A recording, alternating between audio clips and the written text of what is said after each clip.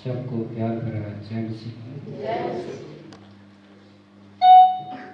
जब से मेरा दुर्घटना हुआ तब से इसके बीच में मैं कभी पुलपिट की समझ नहीं आ पाया। पहली बार मेरा दुर्घटना के बाद पहली बार मेरा पुलपिट की समझ खड़ा हुआ। मेरी होंठ मुँह टूट गई है, जबड़ा टूट गई है, लेकिन इस टूटी हुई जबड़ा से टूटी हुई होंठ मुँह से मैं प्रभु की गवाही और मेरे जीवन में जो घटी उन घटनाओं को आपके समझ में शेयर करना चाहता हूँ। पहले तो मैं होटल में काम करता था और होटल में काम करते करते मुझे चूँकि यहाँ वहाँ मीटिंग जब होता था तो उस समय मैं जा नहीं पाता था और मैं जब यूट्यूब में देखता था तो मेरे हृदय में बहुत सी मैं दुखित होता था। और आज देखते हैं कि कैसे नबी ने भविष्यवाणी किया है। भविष्यवाणी हमारे बीच में आज पूरा हो रहा है, वचन घट रहा है और नबी ने 7 दर्शन देखा। उन दर्शन भी आज पूरा होते हुए हम देख रहे हैं। इन सभी चीज़ों को मैं देखते हुए और तमाम दुनिया में घटना घटते हुए देखकर मेरे हृदय के अंदर में खौलता रहता था और मैं अंदर अंदर रोता था। हमें और मैं ही एक इंसान था जो कि संसार की गुलाम में फंसा हुआ था। सब गिरजा गंजी बैठते थे, जहाँ वहाँ मीटिंग जाते थे, लेकिन मैं नहीं जा पाता था। और मैंने दुआ भी किया कि प्रभु मुझे जो कि संसार से छुड़ाए। आमीन। और मैं दुआ करते रहा, प्रार्थना करते रहा और तमाम मेरे जीवन में विचार आते रहा। और एक दिन मैं मेरा काम को रिजाइन दे दिया और रिजाइन देने के बाद में कंपनी मेरे लिए तनख्वाह बढ़ा रहा था और मैं कहा कि नहीं, तनख्वाह बढ़ाने से भी अब नहीं कर पाऊँगा। उसके बाद में कंपनी कहा कि आप आधा आधा ड्यूटी करिए, हाफ हाफ, लेकिन उसमें भी मैं एग्री नहीं हुआ। उसके बाद में मैं कंपनी का काम को छोड़ दिया और उसके बाद में मेरी परिवार का भरण पोषण के लिए मैंने एक छोटा सा ऑटो लिया था। आप लोग देखे हैं, जानते हैं। और जब रिजाइन छोड़ने के बाद में मैंने उस ऑटो को चलाने लगा, लेकिन काम मेरा 1 ही महीना ही हुआ था कि छोड़ा हुआ और 1 महीना बराबर मैंने ऑटो चलाने लगा।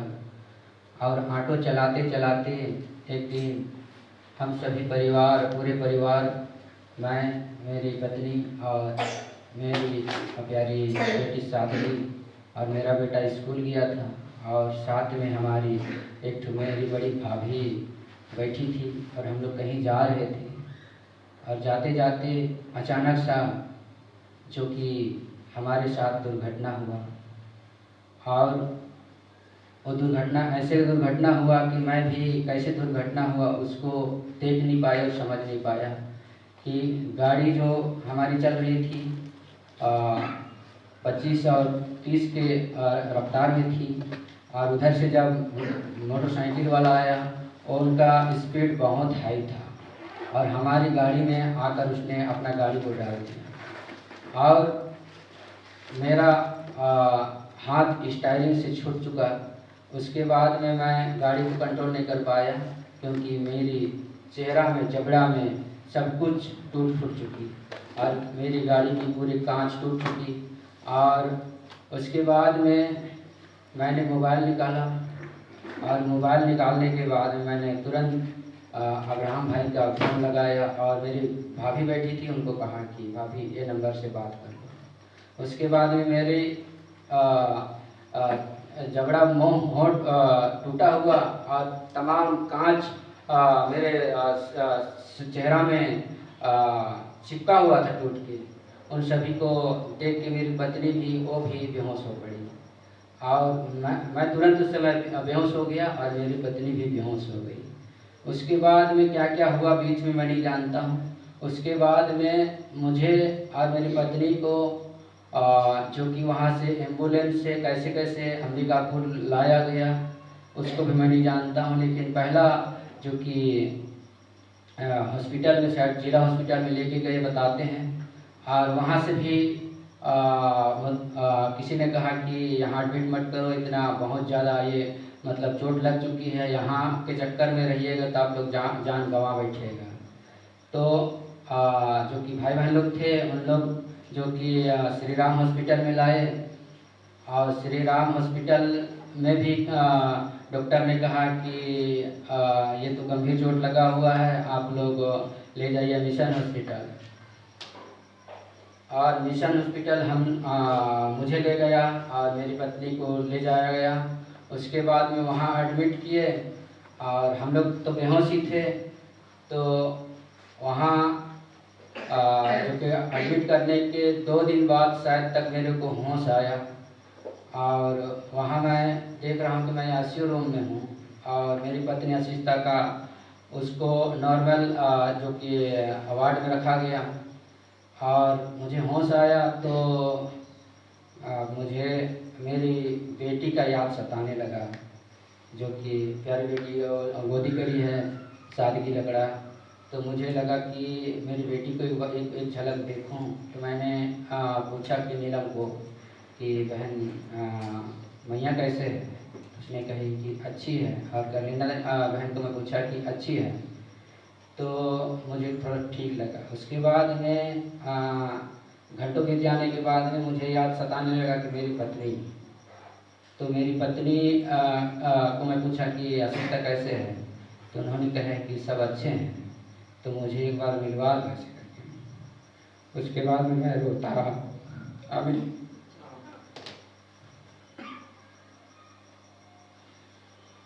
तो मुझे ऐसे लग रहा है कि मेरी पत्नी भी है कि नहीं, मेरी बेटी भी है कि नहीं। जब तक मैं नज़र से ना देखूं तो मेरे दिल में शांत नहीं लग रहा था। और किसी ने मेरी बेटी को मेरे आईसीयू रूम में दिखाने लाए, तब मेरे को अच्छा लगने लगा। और मैंने कहा कि अब मेरी पत्नी से थोड़ा सा मिलवा दो। लेकिन उस दिन नहीं मिल पाए, उसके दूसरे दिन भी नहीं मिल पाए, शायद उसके तीसरे दिन शायद तक मिलने के लिए आई। तो मैंने कहा कि गॉड ब्लेस यू प्रभु, आपने बचाया। और इनमें से सबसे मैं ज़्यादा चोट लगा हुआ था, क्योंकि मेरा जबड़ा टूटा हुआ है ऊपर नीचे का, और मेरे यहाँ भी टूटा हुआ है, यहाँ भी टूटा हुआ है, और मेरा नाक का पैर भी फट चुका है, और मेरी आँख जो कि पूरे तरह से पूरा लाल हो चुकी थी। उसके बाद में 3 दिन तक दिन रात मेरा मुंह से और नाक से खून बहता रहा, और खून बहने के कारण मेरी नाक की दोनों नलियाँ जो है बंद हो गई, और मैं सांस लेने में मुझे तकलीफ होता था। और मेरी होंठ भी फट गई थी, और ये भी पूरा छाला पड़ गया था। इस वजह से मेरा होंठ भी जो कि पूरा बंद हो गया था, और मुझे सांस लेने में काफ़ी तकलीफ होता था। और मुझे ऐसा करके सांस लेना पड़ता था, ऐसा हल्का सा ऐसा मैं होंठ को उंगली से फैला के सांस लेता था। उसके बाद में मैं आईसीयू रूम में नर्सों को भी मैंने रिक्वेस्ट किया कि बहन आप लोग मेरा चेहरा का खून है उसे साफ कर दो, मेरा नाक में जो खून सूख गया है उसे साफ कर दो, ताकि मुझे सांस लेने में सरल हो करके। लेकिन नर्स लोग भी किसी ने बात नहीं सुना, और जब मैं हाथ अपना चेहरा तरफ डालता था तो उन लोग गाली देते थे। तो मैं उनसे छिप छिप के अपना नाक को मैं साफ करता रहा, और हर जो कि आधा घंटा में एक कपड़ा मेरा खून से भीग जाता था। तो मुझे पल पल में मेरे को कपड़ा चेंज करना पड़ता था। तो ऐसा वहाँ आईसीयू रूम में मैंने जो कि बिताया, और मुझे तमाम काका भैया का गीत मुझे याद आ रहा था। और मैं उस गीतों को सोच सोच के मैं रोता था, लेकिन बोल तो नहीं पाता था, लेकिन तमाम मुझे याद आ रहा था कि गीत को और संदेश के भाई बहनों को मुझे देखने का बहुत ही इच्छा लग रहा था। तो मैं आदमी का भाई बहनों का नाम ले लेके बोलता था कि भाई लोग थोड़ा सा आ जाते, बहन लोग आ जाते, तो मुझे देखने का मन कर रहा है। उसके बाद में खाखा भैया को मुझे बहुत देखने की इच्छा हुआ। तो ज्योति प्रकाश भाई को मैं कहा कि भाई खाखा भैया थोड़ा सा फ़ोन लगा के एक बार उनका आवाज़ तो मेरे को सुना दीजिए, मैं सुनना चाहता हूँ उसे। तो ज्योति प्रकाश भाई ने फ़ोन में बात किए होंगे। उसके बाद में धीरे धीरे करते करते हॉस्पिटल में भाई लोग बहन लोग छिरोपरा से जितने भी भाई लोग हमारे संदेश के ये क्षेत्र से, सरगुजा क्षेत्र से, जसपुर क्षेत्र से जितने भी भाई लोग हैं, सब मुझे देखने के लिए आते रहे। और अभी कपूर के भाई बहन लोग मुझे सेवा करने में जुड़े हुए थे जब से मैं एक्सीडेंट हुआ तब से। और इन लोग मम्मी कपूर के भाई बहन लोग दिन को रात को मेरे पीछे सेवा करने में जुड़े हुए थे। तो मुझे मतलब कभी मैं अकेलापन मुझे एहसास नहीं हुआ कि मेरे साथ मेरे परिवार, मेरे घर के लोग हैं। ऐसा मेरे मन में, मेरे विचार में जो कि आ रहा था।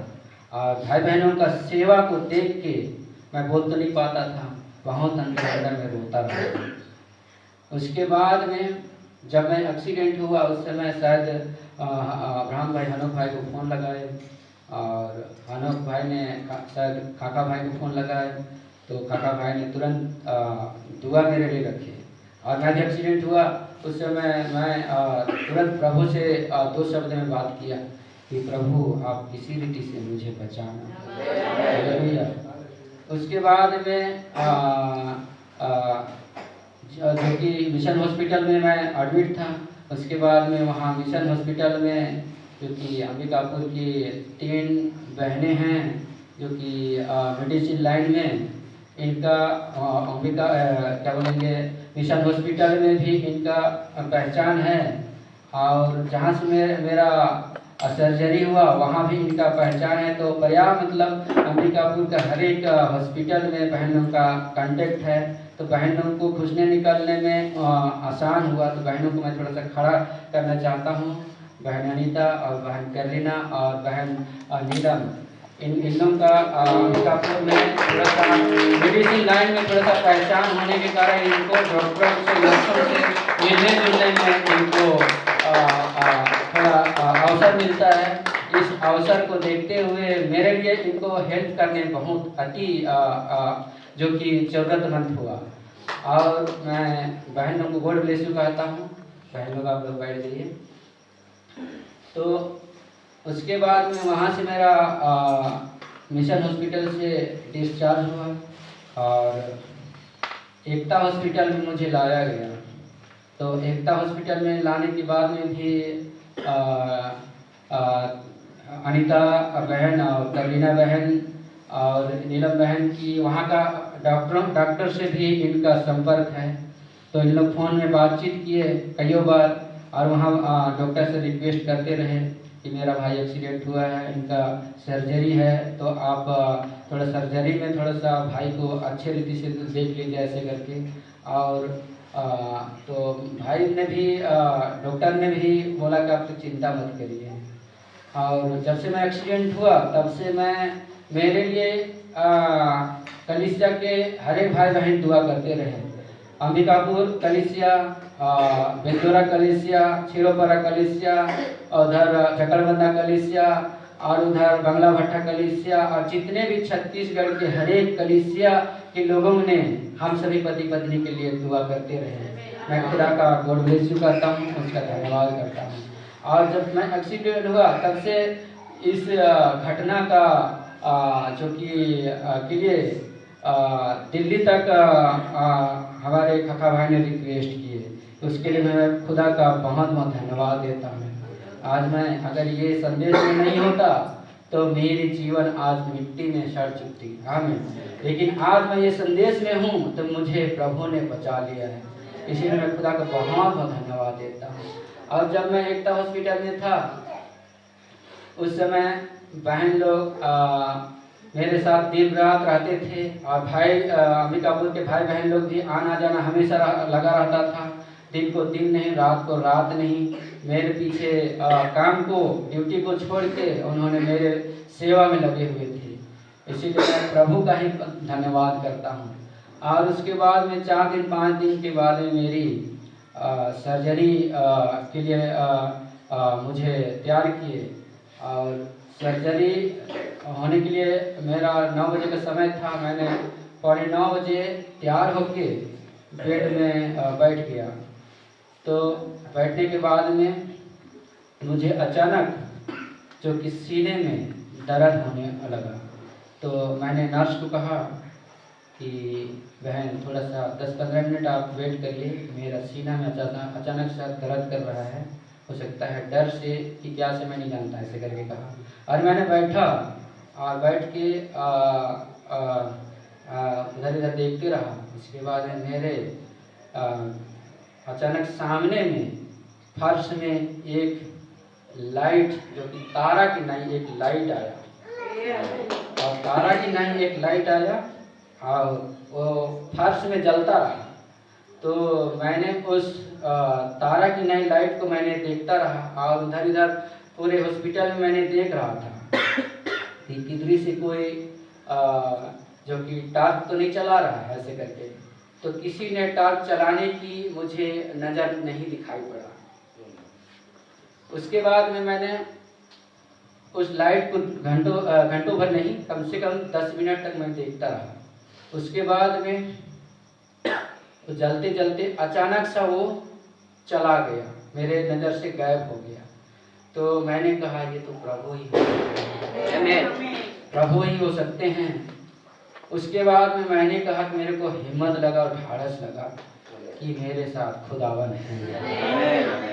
उसके बाद में मुझे ले जाया गया जो कि सर्जरी के लिए, और वहाँ मेरा हाथ को बांध दिया गया, और मेरा जो कि नाक की नली में जो कि पाइप डाल के मुझे सीने तक अंदर डाल दिए। उसके बाद में कुछ देर में मैं जो कि बेहोश हो गया, मैं नहीं जानता। उसके बाद उन्होंने डॉक्टर लोग ने अपने हिसाब से ट्रीटमेंट किए। उसके बाद में मुझे वहाँ कितना समय लाए होंगे बेडरूम। उसके बाद में मैं शायद 1.5 या 2 दिन तक मैं मतलब बेहोश ही था। उसके बाद मुझे होश आया। उसके बाद में एक दिन के या 2 दिन के बाद में डॉक्टर देखने के लिए आया, और हमारे भाई बहन मेरे पीछे में सेवा में लगे हुए थे। उनको बताया कि इनका ऑपरेशन, इनका सर्जरी बहुत ही अच्छा हुआ। ऐसे करके बोलने लगाते हो, मुझे भी बहुत अच्छा लगा, और मैं खुदावर को धन्यवाद दिया। और उस समय बोलने नहीं पाता था, लेकिन अंदर मैं मतलब बातों को सुन के बहुत रोता था। उसके बाद में 2 दिन या 3 दिन के बाद में मेरा जबड़ा को फिर से डॉक्टर ने बांध दिया। उसके बाद में मैं जो कि मेरा मुंह खुलता नहीं था, बंद हो गया था। उसके बाद में 16-17 दिन तक मेरा मुंह बंद था, और मुझे जो कि जब से एक्सीडेंट हुआ तब से मैं खाना ही नहीं खाया था, पानी भी नहीं पिया था। और जब मैं मेरा जबड़ा बंधा हुआ था, और बहन लोग से बात करते थे कि पानी गिर रहा है बाहर में, बहुत ज़ोर से ऐसा वैसे बोलते थे, और मुझे पानी प्यास भी लगता था, तो मैं बोल नहीं पाता था। उस समय मुझे उस धनवान और लाजर की कहानी मुझे याद आता था, और मैं पल पल एक एक बूंद के लिए मैं पानी के लिए तरस गया था, और एक एक दाना भोजन के लिए मैं तरस गया था कि कब मुझे खाऊं, ऐसे करके लगता था। तो मैं ऐसा मेरा जीवन में घटना घटा। उसके बाद में बहन लोग मेरे को इशारा बहन करता था कि मेरे को बाथरूम जाना है। वहाँ मैंने मेरे जो अंदर में खून जमा हुआ उसको मैंने निकालता था, जो कि खखार करके। तो वहाँ मेरा ऐसे ही चलता रहा सप्ताह भर तक। उसके बाद में मैं सोच रहा था कि अब तो मेरे को हो सकता है खून की ज़रूरत लगेगी, क्योंकि 3-4 दिन तक मेरा खून बहा ही लगातार है। उसके बाद में थोड़ा सा कम हुआ, लेकिन मैं सोच रहा था कि जब खून लगेगा होगा ऐसे करके, लेकिन डॉक्टर भी नहीं बोला कि आपके लिए खून का ज़रूरत लगेगा। खुदावन ने कहीं से मेरे लिए प्रबंध किया, खुदावन की धन्यवाद करता हूँ। उसके बाद में वहाँ से अंबिकापुर की कलीसिया से लेकर और छिरोपरा कलीसिया जितने भी पास के भाई बहन लोग थे, सब मिलकर मुझे देखने के लिए आते थे। और मैं जो मेरे पास पैसा कौड़ी पूरा ख़त्म हो चुका था, क्योंकि मैं ऑटो खरीदा था और ऑटो खरीदने के बाद मेरा किस्त चल रहा था। किस्त खत्म होने के बाद में मेरे पास पैसा कौड़ी कुछ भी नहीं था। मात्र घर में था होगा कि 10 या 12-13 हज़ार ऐसा अनुमान है। और मेरी पत्नी को मैंने पूछा कि हाँ, तो वही लगभग बताई, क्योंकि ऑटो का किस्त देते मैं पूरा हो गया था। कुछ उधारी भी था, तो मैं काम छोड़ने से पहले उधारी पैसा को जिसके यहाँ से लिया था, पूरा पैसा को मैंने रिटर्न कर दिया। उसके बाद मेरे पास कुछ पैसा कौड़ी नहीं था, तो मैं बोला कि इसी से हम लोग अपना जीवन यापन करेंगे ऐसे करके। लेकिन बीच में ऐसा दुर्घटना मेरा ऐसा घटना घटा, उसके बाद में मेरे पास पूरा शेष हो गया।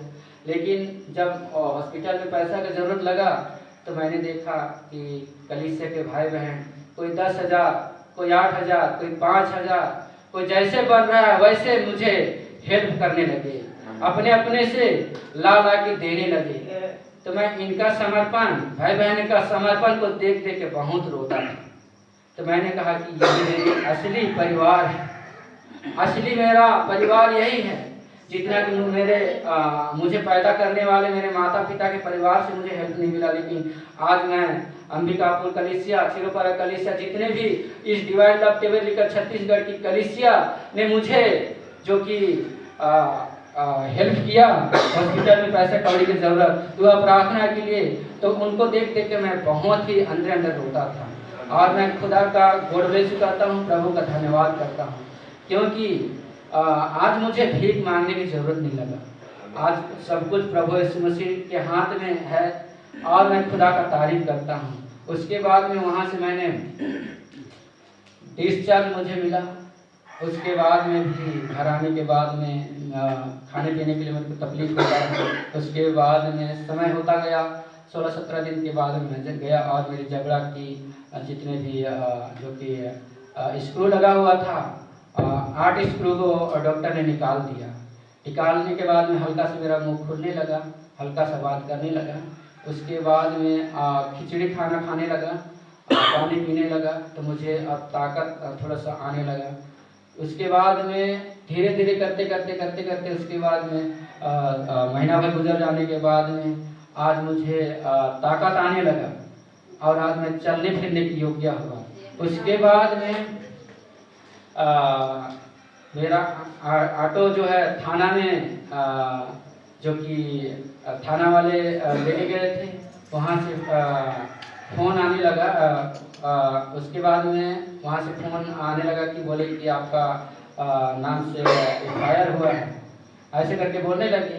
तो मैं बोला ठीक है। तो उन्होंने कहा कि फलना तारीख को आ जाइएगा ऐसे करके। लेकिन मेरे साथ जिनका दुर्घटना हुआ मोटरसाइकिल वाले, उन्होंने हमारे पास फ़ोन करके, मैं तो बात नहीं कर पाता था फ़ोन में, लेकिन मेरी पत्नी बात करती थी और इधर लेकिन टीला बहन बात करी।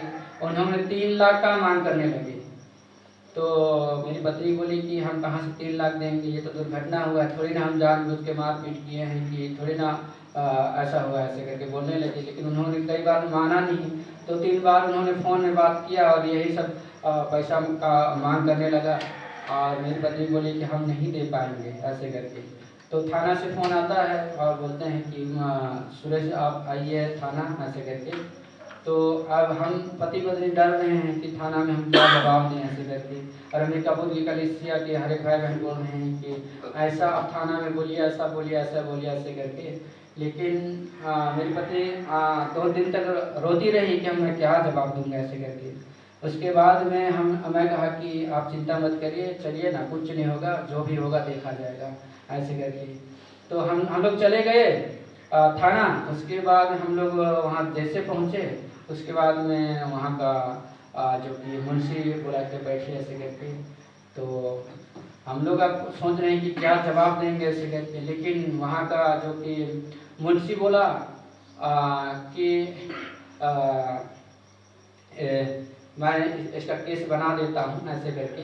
तो अपने हिसाब से उन्होंने वो रिपोर्ट बना दिया कि आशिष्टा आपके नाम से ऑटो है, आपका ऑटो मालकिन आप हैं, और चला रहा था सुरेश लकड़ा ऐसे करके। तो हाँ, इन्होंने कही, और मेरे को पूछा कि आपके पास डॉक्यूमेंट्स क्या क्या है। तो मैंने बोला लाइसेंस मेरे पास है और गाड़ी का सारी कागजात हैं। तो उन्होंने कहा कि आप चिंता मत करिए, ऐसे करके गाड़ी निकल जाएगा ऐसे करके। तो मुझे बहुत ही आनंद लगा और मैं खुशी से वहाँ रो रहा था। उसके बाद में आपके नाम से FIR तो हुआ है, लेकिन आपको उतना जो कि ज़्यादा टेंशन लेने की ज़रूरत नहीं है। और हमने बताया कि वो विपक्ष वाले, मोटरसाइकिल पक्ष वाले 3 लाख हमसे मांग कर रहे थे। तो थाना वाले बोले कि 1 रुपया मत दीजिएगा। और वहाँ थाना में लोग शाम सुबह डेली जा के वहाँ थानेदार से, थाना के सिपाहियों को बोल दिए कि इनको इतना भरवाइएगा कि इनका गाड़ी भी यहाँ थाना में सड़ जाए, इनका घर द्वार सब बेचा जाए। और थानेदार को बोल दिया कि इनका 8 लाख का केस बनाइएगा और उसमें से 4 लाख आप लीजिएगा और 4 लाख हम खाएंगे। लेकिन वो थानेदार ने कहा कि ऐसा नहीं। उसके मन में, उनके विचार में प्रभु ही ने बातचीत कर लिया, क्योंकि कलीसिया के हर भाई गए दुआ करते रहे, प्रार्थना करते रहे, कदम कदम, जैसे हम मनुष्य होने के नाते हम जैसे सोचते हैं वैसा सोच वैसा केस ना, वैसा कुछ भी नहीं हो पाया। तो खुदावन ने सरल तरीका से सब चीज को वो काम करते गए। उसके बाद में वहाँ से हम लोग आ गए। उसके बाद में कुछ दिन के बाद में 2-4 दिन के बाद में बोले कि आप आइए और ऑटो को ले जाइए, और सारी कागजात को हम लोग जमा किए थे उसको भी दे दिए और ऑटो को हम लोग ले आए। और आज मुझे खुदावन ने इतना बड़ा गवाही के लिए इस जगह खड़ा किया है। ये मैं कहता हूँ कि खुदावन की ओर से ही है। आमीन। और मैं नहीं जानता था कैसे मेरे जीवन में घटेगा। ये मेरे जीवन की सबसे बड़ी जो कि गवाही है। मैं कहता हूँ आज मेरे परिवार हम मर के एक बार जी उठे। इसीलिए मैं खुदा की तारीफ करता हूँ और धन्यवाद करता हूँ कि मेरे जीवन में ऐसा हुआ। आज मैं पुलपिट के समय पहली बार की आवाज़ में आप लोगों के साथ में बोल पा रहा हूँ, कह पा रहा हूँ। और मन में मैं बिस्तर में रोता था कि प्रभु अब ठीक होने के बाद में मैं कह पाऊंगा कि नहीं, बोल पाऊंगा कि नहीं, मैं गीत गा पाऊंगा कि नहीं, ऐसा करके मैं रोता रहा। लेकिन आज मुझे बोलने की क्षमता, खुदावंद की तारीफ और धन्यवाद हो। यही मेरी जो कि छोटी गवाही है। इस गवाही के द्वारा आप सबको बड़ी आशीष और बरकत। आमीन।